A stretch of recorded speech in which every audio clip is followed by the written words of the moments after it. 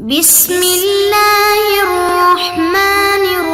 الرحیم۔ السلام علیکم معزز طلباء کرام، آپ سب کیسے ہیں؟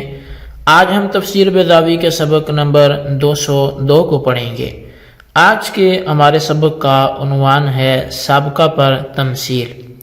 آج کے ہمارے سبق میں ہم نے جو گزشتہ سبق میں ایک اصول پڑھا تھا، اس پر ایک مزید وضاحت سمجھیں، تفریح سمجھیں، وہ پڑھیں گے۔ کیونکہ ہم نے گزشتہ سبق میں یہ بات پڑھی تھی کہ وہ سمن بکمن عمین کا جو اطلاق منافقین پر ہوا ہے وہ تمثیل کے طریقے پر ہوا ہے، استعارے کے طور پر نہیں ہوا۔ اس کی وجہ یہ ہے کہ استعارے کی شرط یہ ہوتی ہے کہ مستعار و مشبہ کا ذکر اس طرح سے لپیٹ دیا جائے کہ اگر قرینہ نہ ہو تو کلام کو مستعار منہ پر محمول کر سکیں۔ اب اس پر ہم نے زہیر کا شعر بھی پڑھا تھا، تو آج بھی اسی کی تشریح میں ومن ثم سے مصنف علیہ رحمہ عبارت کا آغاز کریں گے۔ تو آئیے سب سے پہلے ہم اس عبارت کا ترجمہ کرتے ہیں، پھر اس کی وضاحت کی طرف بڑھیں گے۔ مصنف علیہ رحمہ لکھتے ہیں ومن ثم ترى مفلقین سحرت یضربون عن توہم التشبیہ صفحا کما قال ابو تمام۔ اور اسی وجہ سے آپ دقیقہ رس جادو بیاں لوگوں کو دیکھیں گے کہ وہ تشبیہ کا وہم آنے سے بھی بالکلیہ اعراض کر جاتے ہیں، جیسا کہ ابو تمام کہتا ہے کہ وَيَسْعَدُ حَتَّى يَظُنَّ الْجَهُولُ بِأَنَّ لَهُ حَاجَةً فِي السَّمَاءِ، کہ وہ چڑھتا جاتا ہے یہاں تک کہ جاہل یہ گمان کرتے ہیں کسی کوئی آسمان میں حاجت ہے۔ وَهَا هُنَا وَإِن طَوَى ذِكْرَهُ بِحَذْفِ الْمُبْتَدَإِ لَكِنَّهُ فِي حُكْمِ الْمَنْطُوقِ بِهِ۔ اور یہاں پر اگرچہ اس نے مشبہ کا ذکر وہ مبتدا کو حذف کرنے کے ذریعے سے لپیٹ دیا ہے، لیکن وہ منطوق بھی کے حکم میں پھر بھی موجود ہے۔ وَنَظِيرُهُ أَسَدٌ عَلَيَّ وَفِي الْحُرُوبِ نَعَامَةٌ فَتْخَاءُ تَنْفِرُ مِنْ صَفِيرِ الصَّافِرِ۔ اور اس کی مثال وہ شاعر کا حجاج بن یوسف کے مقابلے میں کہنا ہے کہ وہ مجھ پر تو شعر ہے اور جنگوں میں وہ شتر مرغ ہے کہ پر کھولے ہوئے سیٹی بجانے والی کی ہلکی سی سیٹی سے وہ بھاگ جاتا ہے۔ جی طلبہ کرام، جتنی عبارت پڑھے گی پہلے ہم اس کی وضاحت کرتے ہیں، اس کے بعد مزید آگے بڑھیں گے۔ یہاں پر سب سے پہلے جو یہ بات کی جا چکی ہے کہ استعارہ میں مشبہ کا ذکر جو ہے وہ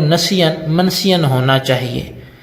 اس لیے جو بڑے بڑے شعراء کے کلام ہیں ان میں استعارے کے موقع پر تشبیہ کی بو بھی نہیں آنے پاتی۔ چنانچہ ابو تمام کے قول وَيَسْعَدُ حَتَّى يَظُنَّ الْجَهُولُ بِأَنَّ لَهُ حَاجَةً فِي السَّمَاءِ میں اس کا ثبوت موجود ہے۔ شاعر ممدوح کے رتبے کی بلندی کو، ممدوح کا مقام، اس کی عزت کی بلندی کو مکانی بلندی کے ساتھ تشبیہ دے رہا ہے، جگہ کی بلندی کے ساتھ تشبیہ دے رہا ہے، اور اس کے سیاق میں ایسی بات کا ذکر کر رہا ہے کہ جس سے تشبیہ کا وہم بھی نہیں ہوتا۔ وہ کہتا ہے کہ ممدوح چڑھتا جا رہا ہے، چنانچہ عامی اور ایک ناواقف آدمی وہ یہ سمجھے گا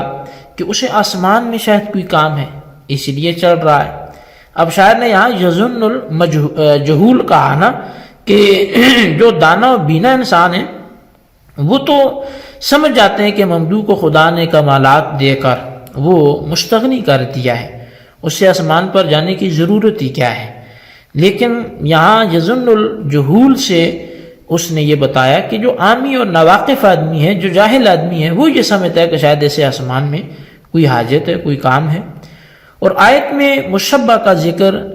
وہ گویا کہ اس معنی پر متروک ہے کہ مبتدا وہ محذوف ہے، لیکن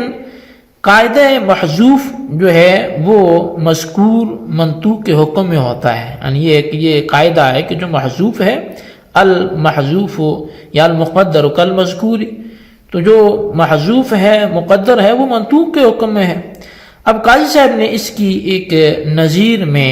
وہ ایک اور شعر پیش کیا جو ایک خارجی کا ہے، اور وہ شعر میں حجاج بن یوسف کو ایک شعر کے ساتھ تشبیہ دے رہے ہیں، لیکن اسے استعارہ نہیں کہیں گے۔ اس کی وجہ یہ ہے کہ وہاں مشبہ کی ضمیر جو ترکیب میں مبتدا واقع ہو رہی ہے وہ محذوف ہے،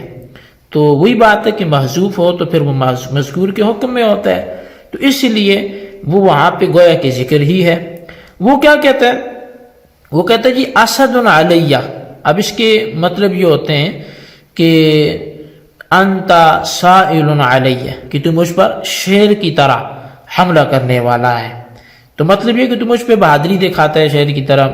جبکہ نعامہ یہ نون کے فتح کے ساتھ یہ شتر مرغ کو بولتے ہیں، اور یہ شتر مرغ کی بزدلی میں مثال دی جاتی ہے، یعنی ضرب المثل اس کے نام سے مشہور ہے۔ اور فتخہ جو ہے یہ نعامتن سے حال ہے،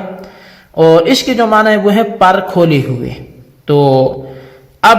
صفیر یہ بغیر آواز کے یعنی حروف کے بغیر یہ ایک سیٹی کو بولتے ہیں، اور صافر بھی وہی سیٹی بجانے والا، تو اسی سے آپ وہ علم تجوید میں حروف صفیریہ بھی پڑھتے ہیں، اور حروف صفیریہ کا جو مطلب ہوتا ہے وہ کہ جن کی ادائیگی میں سیٹی کی آواز نکلے۔ تو اب یہاں پر بھی شاعر کیا کہتا ہے کہ تو مجھ پر تو بہادری دکھاتا ہے، یعنی اسد علیہ وفی الحروب نعامۃ فتخا، کہ تو مجھ پر تو شیر ہے، اور حالت یہ ہے کہ جنگوں میں تو نعامہ یعنی وہ شتر مرغ فتخا جو بزدلی سے پر کھولے ہوئے ہوتا ہے، تنفیر من صفیر صافر، جو کہ ایک سیٹی بجانے والے اس کی ہلکی سی سیٹی پر کیا ہو جاتا ہے، میدان چھوڑ کے بھاگ جاتا ہے۔ تو خیر اس نے ایک خاص موقع پر یہ حجاج بن یوسف سے گویا اس نے کہا تھا، چونکہ حجاج بن یوسف نے اس کو مار ڈالنے کا ارادہ کیا تھا شاعر کو، یہ جو خارجی تھا اس کا نام عمران بن خطان تھا، تو اس کو حجاج بن یوسف نے مارنا تھا،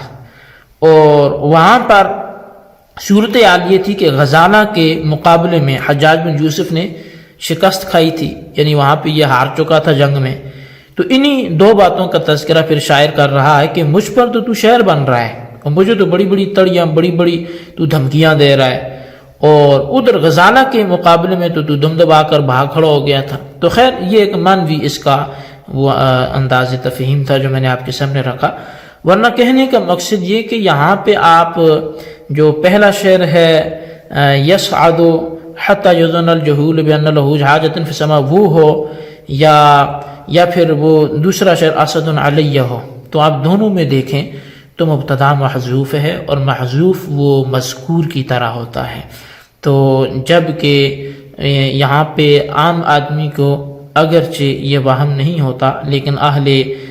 واقف جو ہیں یا اہل علم جو ہیں وہ یہاں بھی رسائی حاصل کر دیتے ہیں، جبکہ استعارہ میں مشبہ کا جو ذکر ہے وہ نسین منسین ہونا چاہیے۔ تو یہاں پر خیر یہ اسی کے حوالے سے اسی پر تفریحاً یہ بات کی گئی کہ جو گزشتہ ہمارا جو تمثیل تھی، یعنی جس کے حوالے سے کہا گیا کہ سمن بکمن عمیون، یہ ان منافقین پر اطلاق کے حوالے سے استعارہ نہیں ہے۔ استعارے میں جو مشبہ کا ذکر ہے وہ بالکل واضح نہیں ہوتا، اور اس تک آر بندی کی رسائی ممکن نہیں ہوتی۔ تو یہاں تو ہر ایک کو پتہ ہے کہ یہ کس حوالے سے بات کی جا رہی ہے، تو اس لیے آپ اسے استعارہ نہیں بولیں گے، بلکہ یہ ایک تمثیل ہے، یعنی سمم بکمن عمیون، ان اوصاف ثلاثہ کا جو اطلاق منافقین پر ہوا ہے یہ از قبیل تمثیل کے ہوا ہے، از قبیل استعارہ کے نہیں ہوا۔ یہ وہ حاصل کلام تھا جو آپ نے سماعت کیا۔ تو بہرحال آج کے سبق میں ہم نے جو سابقہ ایک اصول پڑھا تھا کہ استعارہ میں مشبہ کا ذکر جو ہے وہ نسین منسین ہوتا ہے، اور ہم نے یہ اصول پڑھا تھا کہ استعارہ کی شرط یہ ہے کہ مستعار و مشبہ کا ذکر اس طرح سے لپیٹ دیا جائے، اس طرح سے اسے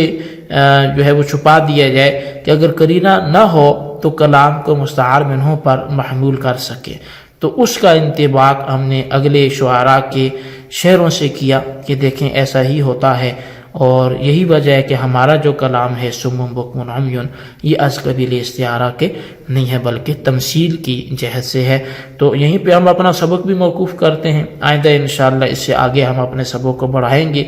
آج تک جو ہم نے پڑھا اس کو اچھی تک ابھی بالخصوص ہم نے جو سبق پڑھا اسے اچھی طرح یاد کریں، اس کے خلاصے کو اپنے رجسٹر پر ضرور لکھیں۔ اللہ تبارک و تعالیٰ سے دعا کرتے ہیں جو پڑھا اسے یاد رکھنے کی توفیق نصیب فرمائے، آمین بجاہ النبی الامین صلی اللہ علیہ وسلم۔